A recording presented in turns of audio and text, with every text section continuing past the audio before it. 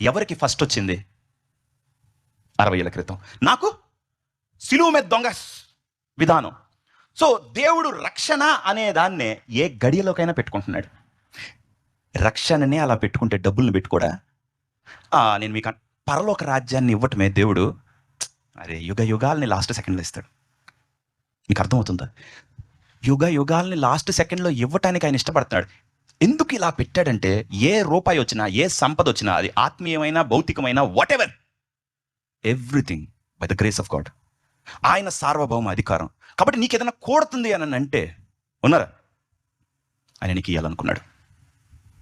ఎవరికి ముందిచ్చాడు, ఎవరికి తర్వాత ఇస్తారనేది. ఇది కనుక క్రైస్తవులకి ఎలిగితే వాడే గొప్పడైపోతున్నాడు. వాడికుంది, నాకు లేదు. నో, నీ టర్న్ వస్తుంది, నీ టర్న్ వస్తుంది.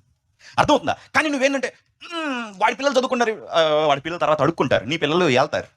That's the difference. ఎందుకంటే దేవుడు కృప తన టైంలో ఇవ్వాలనుకున్నాడు. మీకు అర్థమవుతుందా? ఇప్పుడు దీన్ని ఇంకొక రేంజ్కి వెళ్దాం.